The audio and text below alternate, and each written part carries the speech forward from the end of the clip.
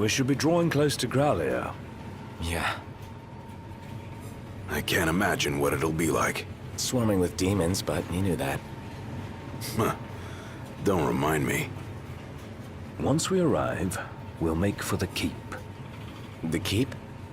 Zegnortus, an Imperial megafortress said to be impregnable.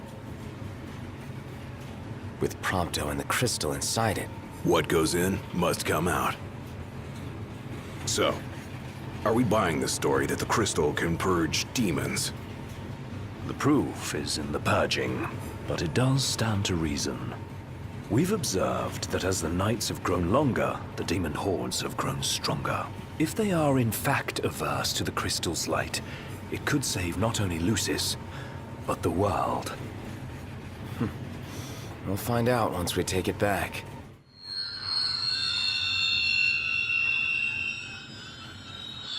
The hell? What is it?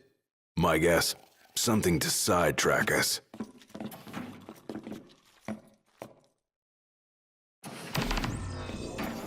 And welcome back to part 33 of Final Fantasy 15. Thanks, Ignis. Alright, sure. Whatever. Anyway, this time the train's been stopped on our pursuit to head towards Gralia. And so also, we can't just get through normally. We have to have more interruptions. It's not like we've already had a stop at Katanica, a stop at Tenebrae, a stop at Shiva's corpse, and now we're stopping again on the outskirts to Gralia. Also, our weapons have been taken from us.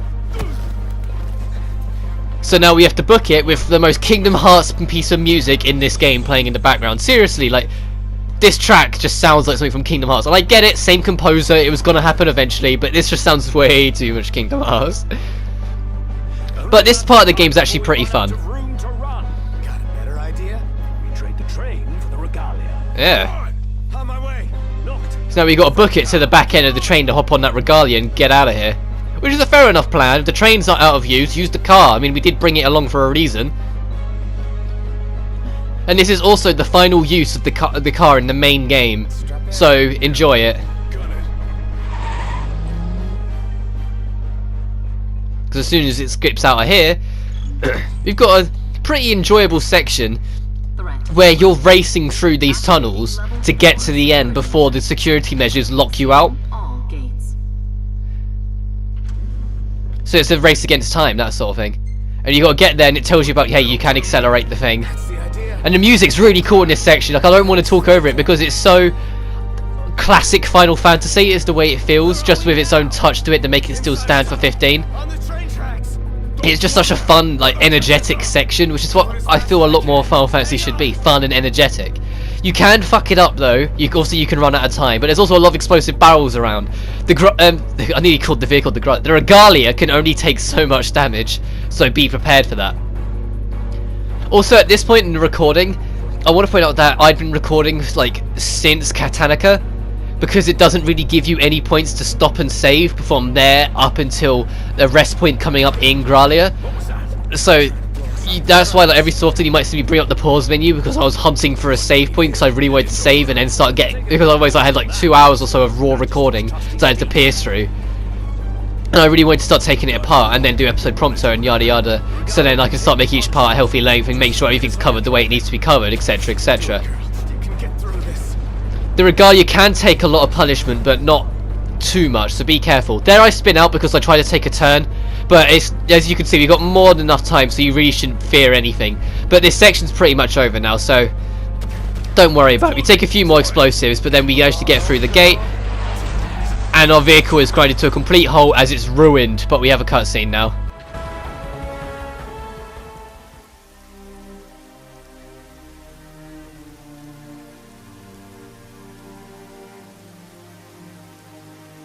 That's all she's got. It'll do.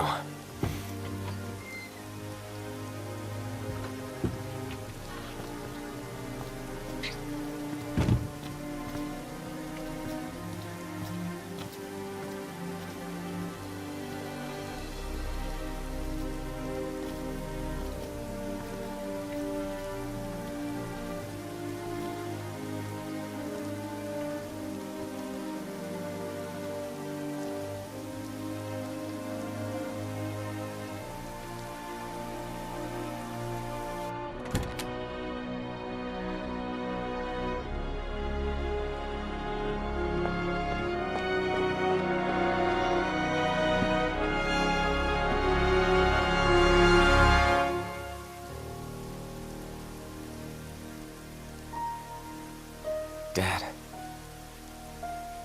Thanks for everything.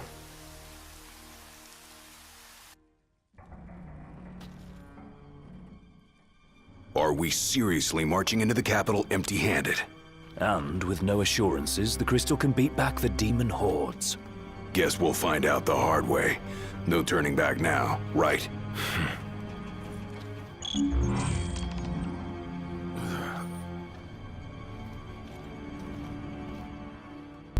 And now we are in Gralia. Anytime. As far as I'm concerned, this is the final dungeon of the game. The reason why I make that specification is that there is more after this, but there's no direct, concentrated challenge like a dungeon like this for the rest of the game after this. And this dungeon is long enough for it to justify me calling it that. Also, yeah, you can. Chapter 13, verse 2 is also a thing where you see it from Gladio and Iggy's perspective. We'll be doing that a little later on because I want to make it line up well, so we won't be seeing that for a bit. But to give you an idea of how big this dungeon is, it's 4 parts long. This is only the first of 4 parts this dungeon is, and none of these parts are that short, I don't think anyway. All of them are at least half an hour, I think. Some of them haven't been edited down too much yet, so they might drop below them, but we'll see when we get to it. This is just me realising that I've gone the wrong way and I have to try and work it out again. And I don't realise it straight away, but the stairs go down the other side as well. And I just go back to where I came thinking, no, there has to be something here. There has to be. But no, it's the other direction. And you can't attack the enemies because we have no weapons. Our weapons are taken from us. The only thing we could use as a weapon is the Ring of the Lucii, but Noctis hasn't worn it yet, so we can't use its power. Because Noctis is of royal blood, he has a lot less to fear about putting it on. He's not going to get, you know, blinded like Iggy or lose his arm like Ravus.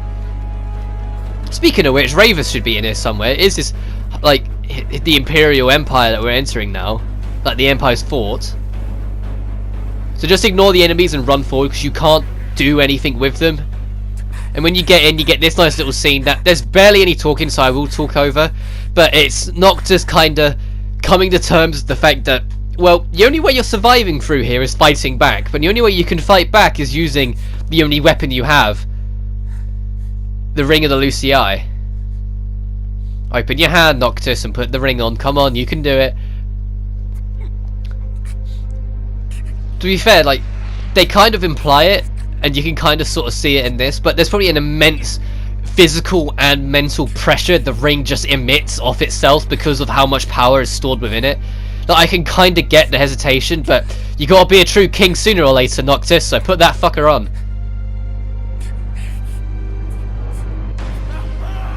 Hey! The Ring of the Lucii is pretty damn cool. When the game first launched, Chapter 13 was considered the worst chapter by a lot of the community, and even then I wholeheartedly disagreed. But the main reason being is that the Ring of the Lucii was not that powerful at the time. They wanted it to be a tool that could help you get through minor encounters, but something that you shouldn't use as a reliance for major encounters. And I felt it was okay. Yeah, they could have made it a bit more powerful, but the alternative, what they eventually buffed it to, is ridiculous. Nothing in this chapter is a threat because of this ring. And what I feel like it should be, the minor enemies, yeah, they shouldn't have been a remote threat. You should be able to take them out without a second thought like you can now.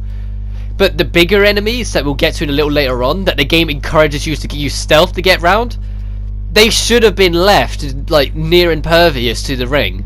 Like, they shouldn't have made it so they can be demolished by the ring as well, because it just breaks it in half. It breaks the point of this in half. And we have 3 skills. We have Death, which it drains the opponent, but is also an instant kill if it goes on long enough.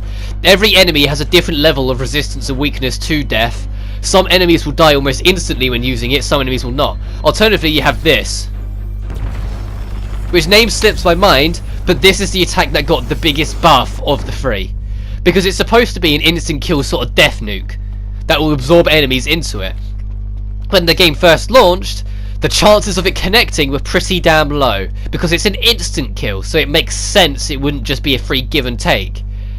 But they changed it to be a lot more forgiving on the timing for it, to such an extent there's a boss that we're going to have several encounters of during this dungeon that you're not supposed to kill, you're always supposed to escape from and outrun. I kill it, it respawns because the game doesn't know what to do, and then I move on. Also, there are doors that some doors are powered, some doors are not. So you got to find what doors aren't, find what power switches relate, and then find your way through using it. So it's a little bit of a environmental puzzle, which I enjoy. And lastly, the last skill you've got is finally an access to holy magic. I've mentioned it several times before, especially in boss stats, holy, if they're weak to it or not. The way holy works in this is if you dodge an attack whilst you've got the ring equipped, if it dodges and it's an attack that the enemy would have hit you on, they will take holy damage. If you time the dodge, so it's at the last seconds, you do a holy explosion as well that usually does enough damage to kill most things.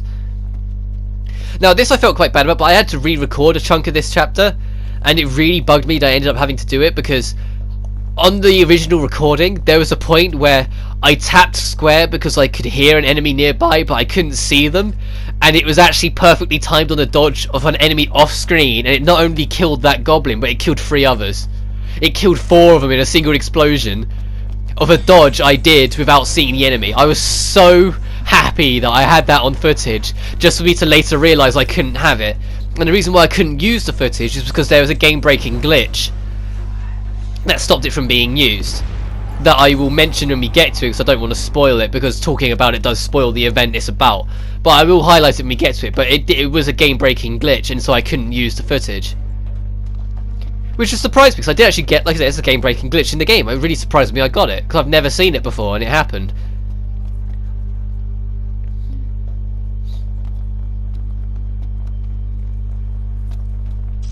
Unfortunately I don't still have the footage for it, because it's not one of those things that crosses my mind. I don't really do blooper reels. Like maybe one day, like if there's like a future let's play, like if I have a lot, and I mean a lot of fuck ups in like a let's play or something later down the line, I might make a blooper reel for fun at the end. But that's if like there's a lot, because it's not really my thing. Like it's some people's thing, and for them I say kudos, they're funny. Especially if you're a funny person. Like people who have got a lot of comedic charm, yeah, fair enough, but I don't. Anyway, this radio report is continuing off one we heard back in Tenebrae, I think it was, of hunters hiring pretty much everyone because they're aware of the approaching darkness. And you've probably noticed the clock's vanished since we entered Gralia. The night time has got that bad. That it's gotten that bad now. We don't get a clock to tell us what time of night it is. It's permanently night every time you look out. The night is overcoming this. It's called the Star Scourge. The Star Scourge is overcoming the day. It's overcoming the light. Also, we have 350 AP. Like I hope I spend that. I think I do. Like later on. Anyway, here you're gonna see me like go back in and stop for a second. This is why I actually got to save and quit. So that I saved and I was like, yes! So, after like 2 hours, so that's when I saved, quit, and then came back. So this is like the day after in the recording that I came back to this, so I cracked on. And you're going to see me sprint like a maniac, because at this point I was kind of annoyed that I lost the recording. So I just do what needs to be done. And I'm gutted I lost that recording, but it's just what happens sometimes. But I can't have a game-breaking glitch in the game, because how can I show that to people that might be following along? Oh, by the way, this happened along the way that I couldn't prepare for, and so you can't really prepare for. Oops. It's why you'll never really see me do a game that's heavily reliant on RNG. Well, this is a bit interesting, holy. If you do a normal dodge, you'll do a little holy attack like that, and then you're going to see me try. Oh, it's Alterna's the bigger attack. There's the big death explosion that just kind of fucking annihilates them. Any enemy that comes out during the night, so demons, are weak to holy, usually. There's probably a couple exceptions, but in more instances than not, they are weak to holy. So make note of that the Ring of Lucii is worth having, and you're going to have it, and it's going to be equipped on me for the rest of the game. I kind of hinted towards it earlier, but when I said that my usual setup was a short sword, a long sword, sorry, my throat's still a bit rough from yesterday. It's a short sword, like a big great sword, a royal arm, and then something else. If it's not magic, then it becomes the Ring of Lucii as soon as I have it. And this is encounter, by the way. This very encounter was the one where I dodged by accident, heading over here looking for an item, and I ended up wholly detonating all of them, and I was super happy about it. But I couldn't get it again, and so I just nuked them with Alterna. There's a lot of loot here as well, so don't feel like afraid to explore. Niflhiem is worth exploring, especially the Gralia base. But you can't explore the actual city in Niflhiem. I made out like you could then, but the Niflhiem area where you end with Gralia is definitely worth exploring because there's a lot of good loot here. Like this Mega Phoenix over here, I think. Well, especially Mega Phoenix. Mega Phoenixes are amazing. A Phoenix down on your entire team, yes, come on.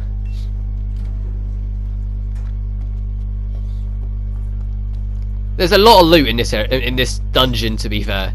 It's a proper dungeon with how much loot's in it. I think it's the dumbest but best way to describe it. Quiet. Where did everybody go? Noctis, I think the answer is in your line. I think dead.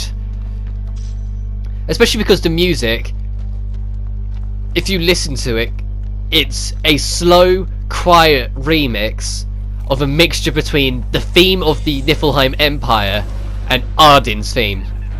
And that in itself gives you a slight idea. This is me experimenting with Holy again and just getting punched and losing a potion for it. Because I was really bitter about it, so I wanted another Holy explosion. Like that. I got all three of them. That's how powerful Holy is if you get the timing on it. I'm not the most consistent, but then most people aren't. I'm more consistent than some people, but But now once you go up this lift, you enter the Zegnortis Keep properly. The Zegnortis Keep being the name of the 14 Gralia in Niflhiem. How does it feel to be powerful? And here's Arden. Throughout the entirety, or the major majority of this dungeon, you are going to be teased by Arden, because he's the only real, normal, living soul left in this place, which becomes very haunting when you realise that everyone else isn't around anymore. It's such a giant fortress that's quite unnaturally built. Like, how did anyone get around here? Like, it's not built to be a fun place to explore, let's be honest.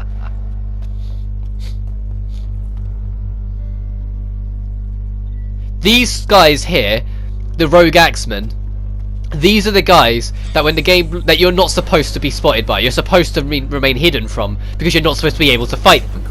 But with the buffed ring, you're going to see here, I can just kill him anyway.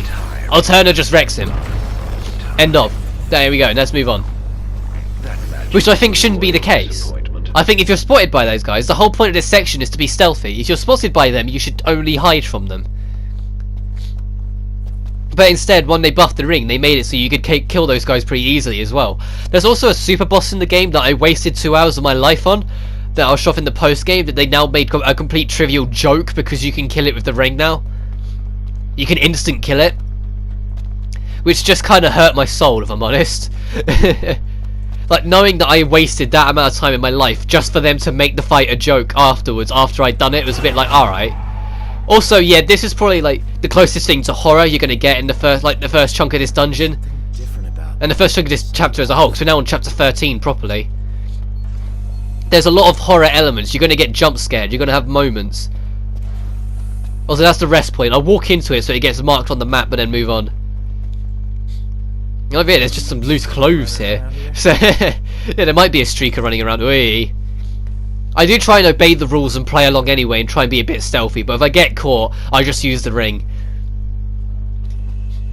As much as I use it, doesn't mean I agree with the fact the ring's this powerful. I really don't agree. That I feel the ring shouldn't be powerful. I shouldn't be able to just deal with them, but I can, so I will. Up there looks a bit menacing. We'll go there later. It's all coming along swimmingly, isn't it? And now you know Arden's gonna do something. To be fair, it's pretty obvious. Like, Arden's gonna dick with you for most of this dungeon, because that's Arden's like spiel. That's his thing. All the other two doors are locked, so just head over to your left.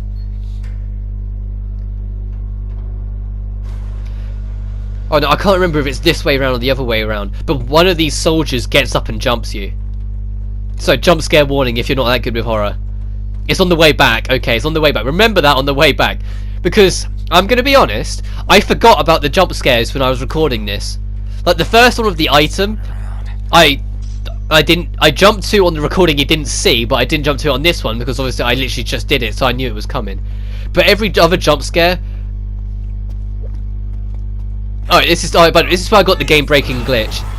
Oh, then that one made me jump twice. So I got it last time and it made me jump, and then this one I completely forgot about it again and got jumped again.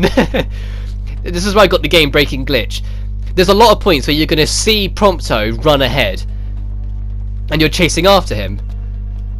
There was a point where Prompto's model loaded, but his animation of him running did not. So Prompto was just standing still, and so I walked straight up to him, and I could walk through him, and it wouldn't interact. So I was like, okay, so this is probably a glitch, but I'll just move on, have a laugh of it, whatnot. There's a section later on where you're supposed to find Prompto again. He didn't spawn there full stop, and nothing would continue. It wouldn't let me interact with anything to continue, because I hadn't hit the flags of encountering Prompto the next time, sort of thing. Ooh! Yeah, I got spotted there. I think this is the one that I actually book it away from and play along, and then I realised the door's locked, and so I can't escape.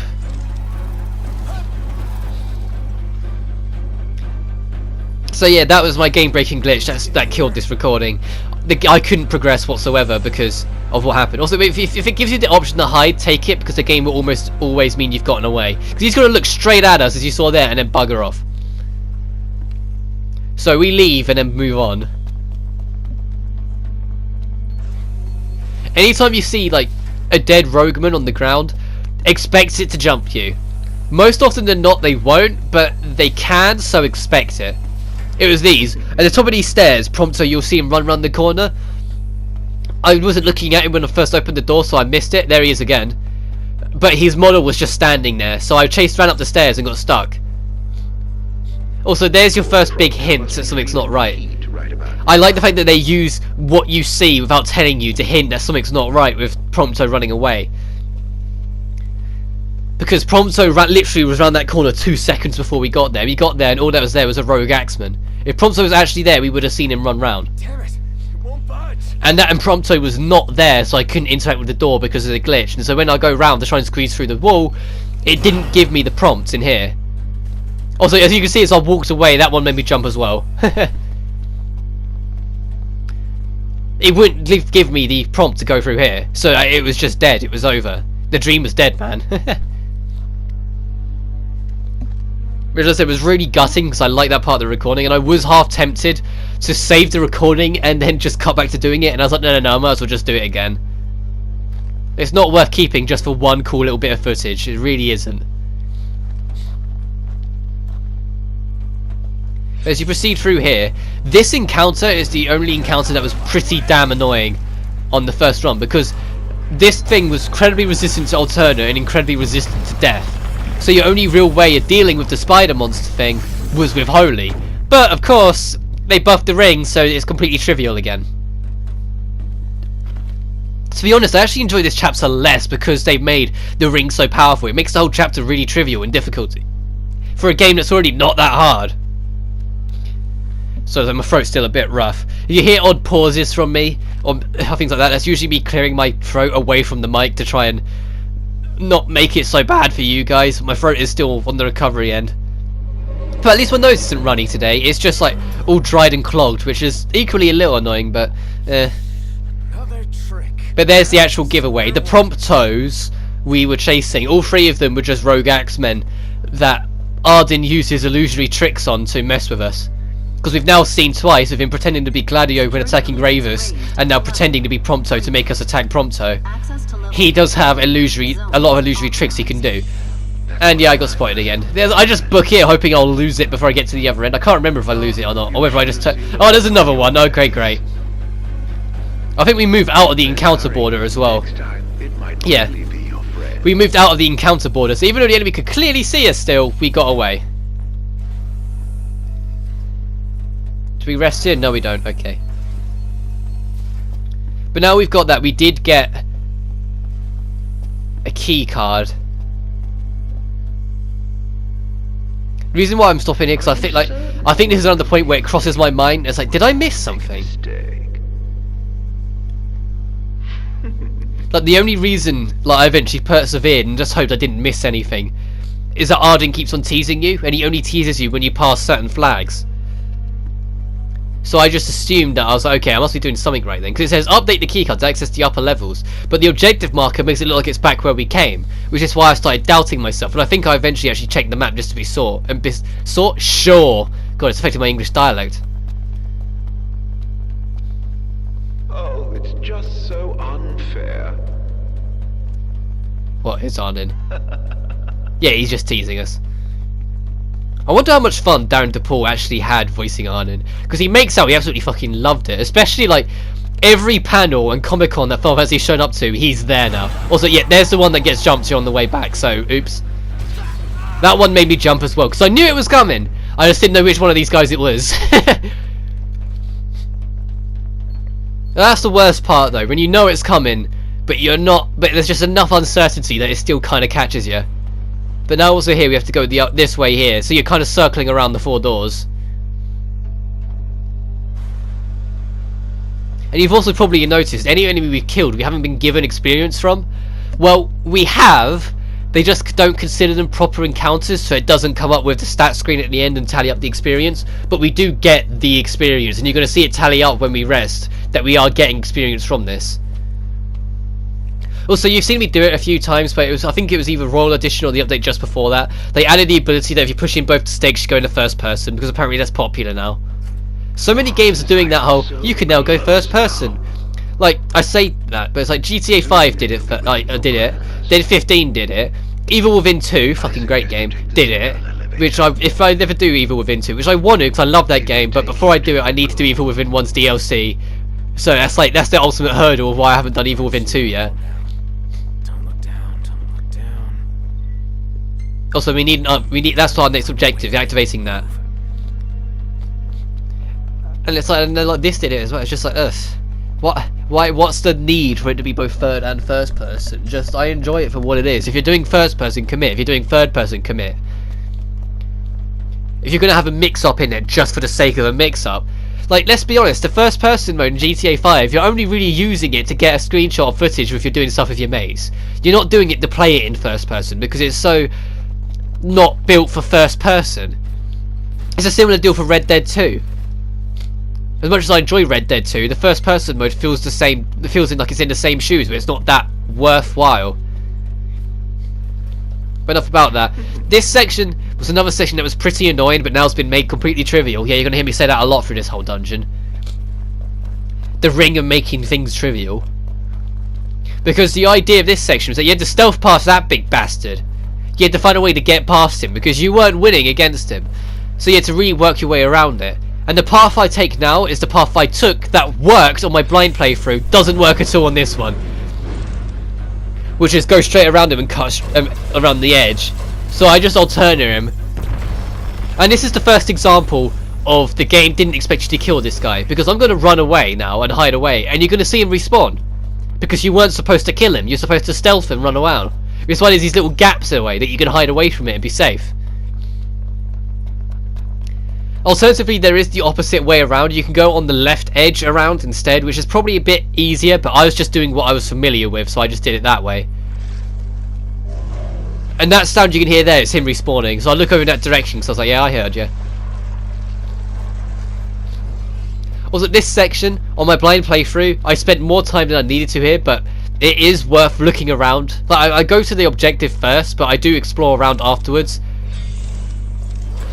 Oh shit. Well, if they do this, they're gonna explode anyway, so as soon as you get off them, the fight's over. But I do explore a bit anyway, because there is some really good loot in this section. But yeah, the big guy's back. But you need to come over here and interact with this thing over here to open some doors and whatnot.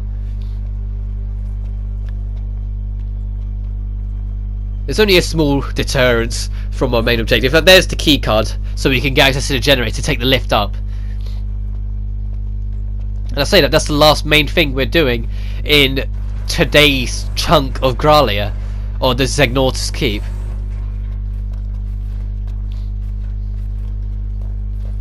So this is where I start exploring. Like, this section over here doesn't have too much more interesting other than another flesh fortifier. The main thing you're looking for is that there's another lift in the opposite corner to this one. That lift is what takes you to a lot of really neat shit that you want. And a notes entry, so if you're going for the data logs trophy of getting 80% of all the data logs, it's worth exploring. Now, you've probably noticed we've read a lot of data logs since we've entered the linear unreturnable part of the game.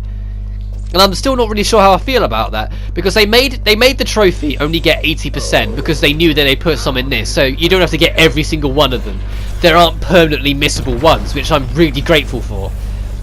After playing South Park: The Stick of Truth, I'm eternally grateful for for game companies that find ways of making as many trophies available whenever as possible. Yeah, you get the odd one, like beat the game on the hardest difficulty, that you're either doing it or you're not. It's that sort of thing. But ones that can just be missed in a moment and then you have to do the whole game again to get are just annoying.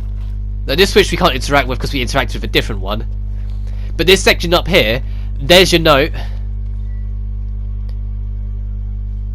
where it's talking about a robot. Ooh. Oh no, don't make a liar out of me. There's good loot up here, I'm sure there is. What's that? Muscle stimulant. I could have sworn there was better loot there. I remember there being like a Mega Phoenix. I remember there being a Mega Phoenix and a Mega Elixir up there. From when I was recording it. How did... I must be getting muddled up with something else then, for goodness sake. But there is that data log up there, so it's still worth getting. Are you going to jump me? No, you're not. Ooh. I think this time around I stealthed this guy properly. Because I go the other way around. I just go clockwork and just go through this cut instead. Which, to be fair, would have been the smarter option to do the first time round, but I just did the route I took on my blind, so... You do what sticks at the end of the day. And that's what I forget, you gotta turn on the generator. So I run up to the lift and I was like, wait, no, I gotta turn on the fucking generator, haven't I? Yeah, it's unresponsive. Wrong one, come on. There we go. I realised in the end. Anyway, when we access this, we'll activate the lift, but that's what I'm going to call it a part for today. So next time on Final Fantasy 15, we're going to continue the King's struggle as we find our way through the Zignortus Keep, and hopefully try and reunite with someone else in the team. Because Prompto is somewhere around, and Gigi and Gladio are somewhere around. But until then, you guys take care now.